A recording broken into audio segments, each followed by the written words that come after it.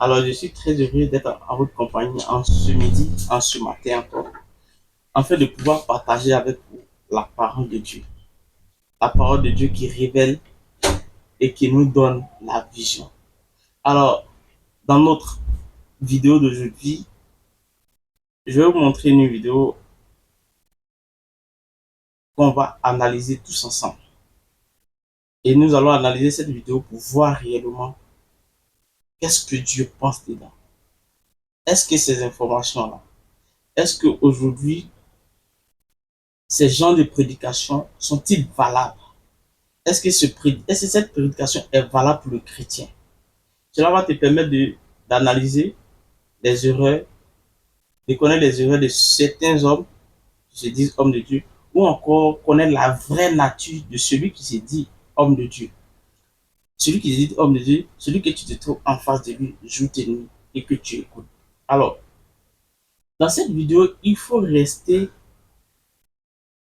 attentif jusqu'à la fin afin de pouvoir tirer une très bonne leçon. Alors, on ne brûle pas tous les fétiches. Il y a des fétiches qu'il faut restituer. Il y a des fétiches pour lesquels il faut prier pendant près d'un an. Maman, tu suis mon regard, non? Yes. Il y a des fétiches que j'ai collectés, que je n'ai pas encore osé brûler. Souvent, maman peut passer quelque part, elle voit. Elle dit, ça là, tu n'as pas encore jeté. J'ai dit, ce n'est pas encore désactivé. Je ne peux pas jeter. Nos enfants sont encore mineurs. Ça fait peur quand je lui dis ça. J'attends une saison. Il faut être très spirituel pour comprendre ça. Donc elle n'a plus, elle a tout brûlé. J'ai dit donc quand tu brûles le fétiche de quelqu'un, il y a une amende. Tu vas payer l'amende. Tu vas remettre les amendes.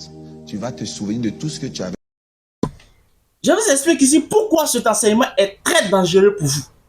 Cet enseignement est erroné pour vous. Parce qu'en réalité, cet enseignement retarde l'obéissance. Vous pouvez le voir dans 1 Samuel 15 qui parle de la compromis de Saül. Elle entretient un lien avec l'objet. Ésaïe 30, à partir du verset 22, vous allez voir que la Bible nous dit, il dit que vous les rejetterez dehors. Et elle vous emmène à être des ritualistes. Ce que la Bible traite par repentance plus destruction, par neutralisation technique. Donc en réalité, la personne vous emmène à être des ritualistes. Il crée de la confusion entre vos foi en Christ et la pratique occulte. C'est un sécritisme.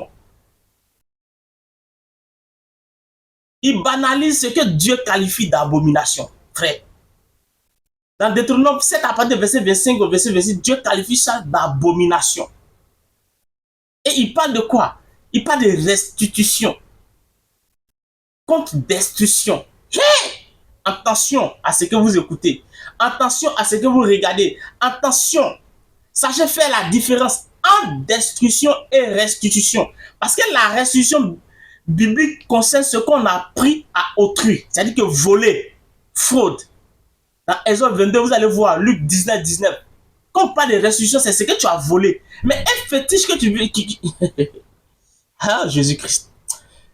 Les gars, les objets idolâtres, eux, sont détruits. On ne les remet pas en circuit. Sinon, c'est un danger pour celui qui le fait. Ou encore, peut-être que celui qui le fait, il a un lien particulier, il a quelque chose qui cache. Non, ne cherchez pas à désactiver aucun modèle biblique. Je dis bien aucun modèle biblique.